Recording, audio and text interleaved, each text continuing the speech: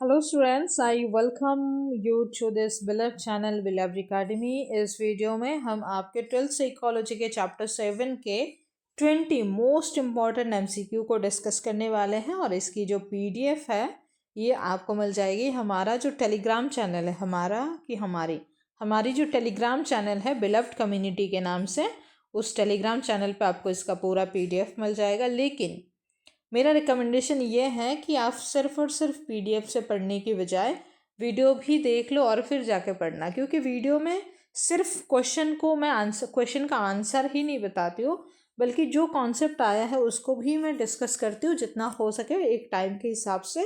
तो आप ये देखो, फिर आपको आंसर देखने की ज़रूरत नहीं है, आप डायरेक्ट क्वेश्चन करोगे और वैसे भी आंसर के आपको एंड में मिल जाएगा। ओके, तो क्वेश्चन नंबर 1, एक ग्रुप इज डिफाइंड एज। तो एक ग्रुप, एक समूह, अगर हम हिंदी में कहें ग्रुप को समूह कहते हैं, तो उसको हम कैसे डिफाइन करते हैं? Any collection of people. Is it any collection? People working independently, two or more people interacting with shared goals, people living together. So any collection तो ग्रुप नहीं कहलाएगा। पीपल वर्किंग इंडिपेंडेंटली, जब ग्रुप है तो लोग अपना अपना नहीं काम करेंगे। और लिविंग टुगेदर, एक साथ रह रहा है मतलब एक ग्रुप है, नहीं है। ये ग्रुप हम तभी बोलते हैं जब दो या दो से ज़्यादा लोग, अब एक लोग से तो ग्रुप नहीं बनेगा, दो लोग या तीन लोग से बनेगा। But the main catch here is they are interacting with a shared goal. एक जो ग्रुप होगा उस ग्रुप का जो गोल है वो एक वन सिंगल गोल होगा, सिंगल पीस होगा। दूसरा तीसरा तीन चार गोल नहीं होगा, अलग अलग गोल नहीं होगा, एक ही गोल के लिए सारे लोग अगर काम कर रहे हैं, दो या दो से ज़्यादा लोग अगर काम कर रहे हैं, that is called group. Okay, question number 2, the feeling of belongingness to a group is called.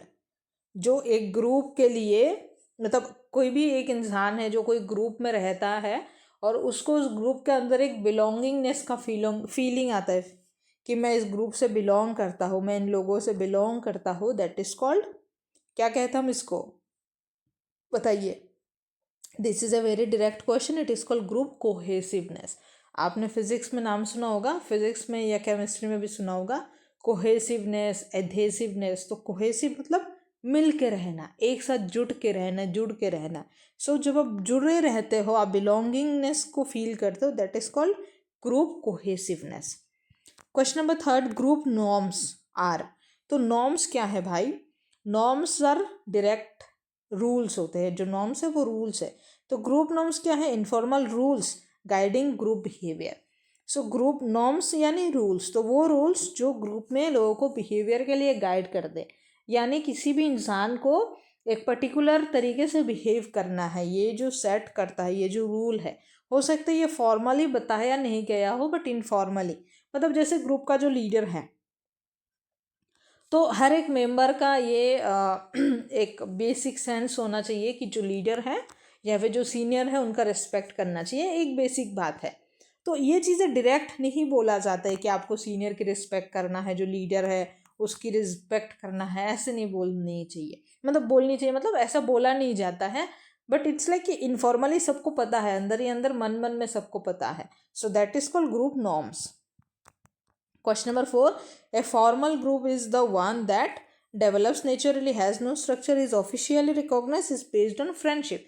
तो जो फॉर्मल है वो क्या होगा? वो ऑफिस का ही है, so is formally recognised. Okay, then question number 5, an informal group is based on. अब जो फॉर्मल ग्रुप है वो तो ऑफिशियल है, अब जो इनफॉर्मल है वो क्या है? Rules and regulation. अब जो इनफॉर्मल है वो उस पर रूल्स रेगुलेशन नहीं आएगा, ऑफिशियल स्ट्रक्चर नहीं आएगा, लीगल अथॉरिटी भी नहीं आएगा। It is about interpersonal interaction, मतलब एक दूसरे से मिलजुल के, जैसे फ्रेंडशिप है। इनफॉर्मल माने फ्रेंडशिप, ऐसे समझ लीजिए, मतलब इंटरपर्सनल, एक दूसरे पर्सन के प्रति अट्रैक्शन है, दोस्ती है, यारी है, that is why it is informal group. Then question number 6, conformity refers to. Conformity का मतलब क्या है? मतलब क्या है? कॉन्फॉर्मिटी का क्या मतलब है जी? सो इट इज़, वो एक मीम आता है ना, ये 10 वाला बिस्कुट का पैकेट कितने का है जी?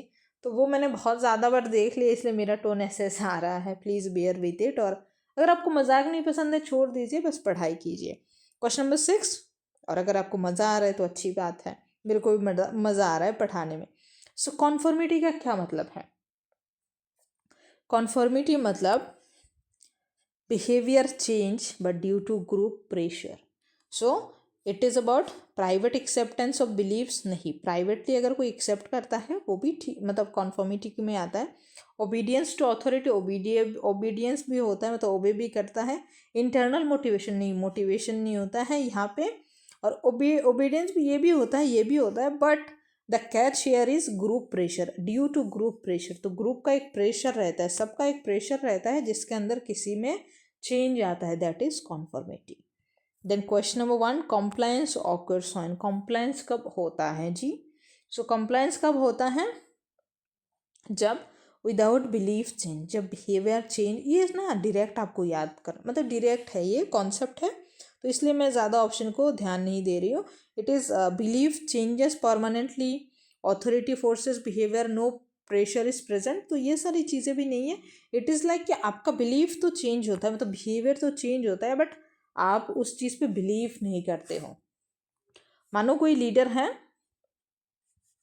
तो आप पहले उनको नहीं मानते थे, उनकी बात तो आपको पसंद नहीं है, आप उनको इज्जत नहीं करते थे, बट आपका बिहेवियर चेंज हो गया क्योंकि आपने अभी उनको रिस्पेक्ट करना शुरू कर दिया, आपने ऐसा दिखाना शुरू कर दिया कि आप उनको बहुत रिस्पेक्ट करते हैं, बट आपकी उनके प्रति जो बिलीफ है कि उनकी बातें सच नहीं है, that has not changed, that is called compliance. Okay, question number 8, obedience involves, obedience का मतलब क्या है?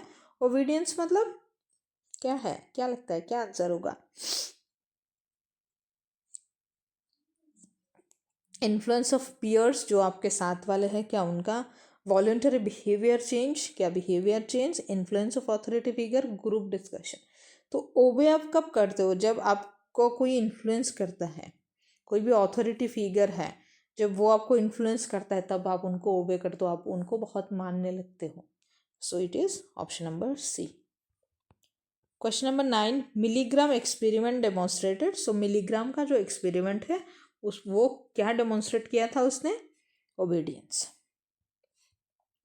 ओके, सो यहाँ पे भी हमने ओबीडियंस देखा था। ओबीडियंस में जब किसी का इन्फ्लुएंस होता है अथॉरिटी फिगर का, आप उनको ओबे करते हो, तो ये होता है। और इसको किसने दिया था? मिलीग्राम ने दिया था, ये आप साथ में याद रखो। ओबीडियंस का जो मतलब प्रोसेस है, ये किस एक्सपेरिमेंट में डेमोन्स्ट्रेट किया गया था। Okay, then question number 10, social loafing का मतलब क्या है? क्वेश्चन नंबर 10, ये क्वेश्चन आपका भाई आया है, सैम्पल पेपर पे आया है, इम्पोर्टेंट है, आप इसको मार्क कर लीजिए VBI करके, very very very important. Social loafing ये कॉन्सेप्ट। सो सोशल लोफिंग मतलब क्या है? हमने सैम्पल पेपर सॉल्व करते टाइम देखा था, क्या आंसर है? लोग का एफर्ट रिड्यूस हो जाता है जब वो ग्रुप में काम करते हैं। मतलब जब 10 लोग एक साथ होते हैं तब लगता है कोई ना कोई तो कर ही लेगा। बांग्ला में हम उसको कहते हैं ठेला ठेली, मतलब एक बंदा दूसरे बंदे को ठेल रहा है कि तुम कर दो, तुम कर दो, ये कर दो, वो कर दो। सो इट इज़, जब लोग ग्रुप में होते हैं, ये वाला कलर बहुत गंदा लग रहा है, रेड वाला, मेरे को लगा अच्छा होगा। ओके, तो समझ आ गया ना कौन सा कलर लूँ भाई, अच्छा पसंद आ रहा है, ये लेती हूँ। Okay, then social facilitation means, social facilitation का मतलब क्या है?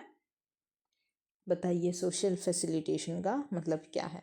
तो हम किसी चीज इंसान को कब फैसिलिटेट करते हैं? मान लीजिए कोई टॉपर है तो उसको फैसिलिटेट किया जाता है। कोई मतलब मान लीजिए किसी ने गोल्ड मेडल जीता है, आपके एकेडमिक से ही बात करते हो, तो उसको फैसिलिटेट किया जाता है। तब क्या होती है, आपकी जो परफॉर्मेंस है वो in presence of others improve हो जाती है। मतलब आपका जो ऑरा क्या होता है आपका? Plus plus plus plus plus plus plus हो जाता है जब सबके सामने फैसिलिटेट किया जाता है। So it is improve performance in presence of others. दूसरों की प्रेजेंस में आपका जब ऑरा एकदम प्लस प्लस हो जाता है ना, तब हम इसको कहते हैं सोशल फैसिलिटेशन। और ऑरा माइनस में चला जाता है तो उसको क्या कहते हैं, ये आपको कमेंट करना है। ग्रुप पोलराइजेशन लीड्स टू, तो ग्रुप में जो पोलराइजेशन होता है इससे क्या चीज़ें होती हैं बताइए? तो moderate decision, no decision, extreme group decision, decisions, individual thinking. तो इंडिविजुअल थिंकिंग पहले ही कट हो जाएगा, ग्रुप की बातें हैं। तो जब ग्रुप में पोलराइजेशन होता है तो मॉडरेट भी नहीं होता है, नो डिसीजन भी नहीं होता है। तब जो भी डिसीजन होता है they are extreme group decision. जब पोलराइजेशन होता है तब ग्रुप में एक्सट्रीम डिसीजंस लिया जाता है। Question number 13, group think is characterised by. Group think क्या है? ग्रुप थिंक क्या है बताइए जी, ग्रुप थिंक क्या है जी?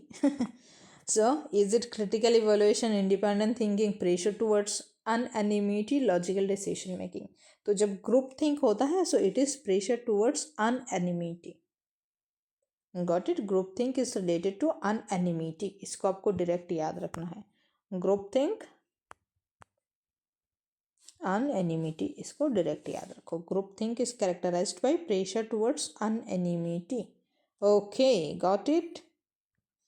Group think is related to unanimity, इसको आपको डायरेक्ट याद रखना। अनएनिमिटी का मतलब पता है ना? सो अनएनिमिटी का मतलब है मतलब अगर सब लोग किसी एक चीज़ को मानते हैं, ऐसा आप समझिए कि सब लोग किसी एक चीज़ पे एग्री कर रहे हैं, तो उसको हम कहते हैं अनएनिमिटी। ओके, तो ग्रुप थिंक सब लोग थिंक कर रहे हैं तो it is related to unanimity. Then question number, अरे छोटा क्यों होता है तुमको जूम होके रहना है भाई। So question number 14, leadership is best described at. Leadership is best described as authority based power, ability to influence, giving orders, seniority. सो गिविंग ऑर्डर्स नहीं, इसको थोड़ा निगेटिव में ले लेते हैं। सीनियोरिटी भी हाँ ठीक है, लीडरशिप में सीनियोरिटी आ जाती है, but the option a and b are confusing here. Is it authority based on power और एबिलिटी टू इन्फ्लुएंस अदर? तो लीडरशिप क्या है? जब लीडरशिप होते हैं तो क्या आपका किस चीज़ पे आपका ध्यान रहना चाहिए? क्या आपको पावर पे ध्यान देना चाहिए या फिर एबिलिटी टू इन्फ्लुएंस अदर? आपको ध्यान देना चाहिए कि आप लोगों को इन्फ्लुएंस कर पा रहे हो और उसके अंदर लोग उसके मतलब बेसिस पे लोगों के बिहेवियर में चेंजेस आ रहे हैं। So it is option number b. Question number 15, democratic leader encourage. जो डेमोक्रेटिक लीडर है वो किस चीज़ पे एनकरेज करता है?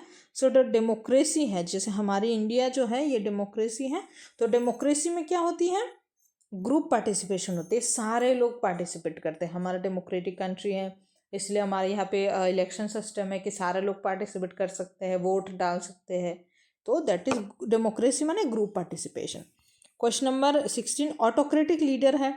तो जो ऑटोक्रेटिक लीडर है वो क्या करता है? हमने डेमोक्रेटिक देख लिया, अब ऑटोक्रेटिक वाला क्या होता है जी? जो ऑटोक्रेटिक है वो सेंट्रलाइज अथॉरिटी, वो अपना ही अथॉरिटी बना के रहता है, एक अपने आप को सेंटर पे रखे, अपनी ही अथॉरिटी को बना के बैठता है। बट डेमोक्रेटिक में क्या होता है? जो सारे लोगों की ओपिनियन लेता है। अब जो लेजर्स फेयर लीडरशिप है वो किस चीज़ को इन्वॉल्व करता है? Complete control, no involvement, partial, strict, क्या है बताइए? So it is no involvement. Laissez faire leadership, laissez faire अगर लीडरशिप है तो इसमें कोई इन्वॉल्वमेंट नहीं होती है, इसको भी आपको डायरेक्ट याद रखना है। ओके, देन क्वेश्चन नंबर 18, एक क्राउड इज कैरेक्टराइज्ड बाय। एक क्राउड क्या है? भीड़। क्राउड माने भीड़। सो भीड़ क्या है? एक टेम्पोररी कलेक्शन ऑफ पीपल। जैसे जब ट्रैफिक होता है तो क्राउड जम जाता है, so it is temporarily collection of people. Okay, then question number 19, riots and mobs. Riots या रियोट्स? रायोट्स ही होता है। Riots and mobs are example of किस चीज़ के एग्जाम्पल है बताइए? Audience, crowd, primary group, formal group.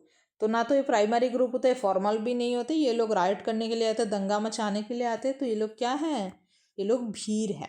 Okay, then question number 20, आखिरी सवाल 7 करोड़ का। Cooperation occurs when. कोऑपरेशन कब होता है? कोऑपरेशन आपको पता है, मिलजुल के, जैसे मैं कहती हूँ कि आप लोग अगर कोऑपरेट करोगे तो मेरा फरवरी के एंड तक 1000 सब्सक्राइबर पूरा हो जाएगा, आप लोगों की भी कोऑपरेशन रहेगी और मैं तो कर ही रही हूँ। So that is what. अभी कर देना, लोगों को में शेयर कर दो, बता दो, 1000 सब्सक्राइबर करवा दो मेरा, अच्छा लगेगा मुझे। So individual compete for goals are mutually exclusive, individual work together for shared goals, authority enforces. So cooperation means individually work together for shared goals. जैसे मेरा एक गोल है कि 1000 सब्स का, अभी मैं भी मेहनत कर रही हूँ, आप लोग भी शेयर कर रहे हो, लोगों को बता रहे हो सब्सक्राइब करने के लिए, तो ऐसा नहीं है कि किसी से भी करवा लिया।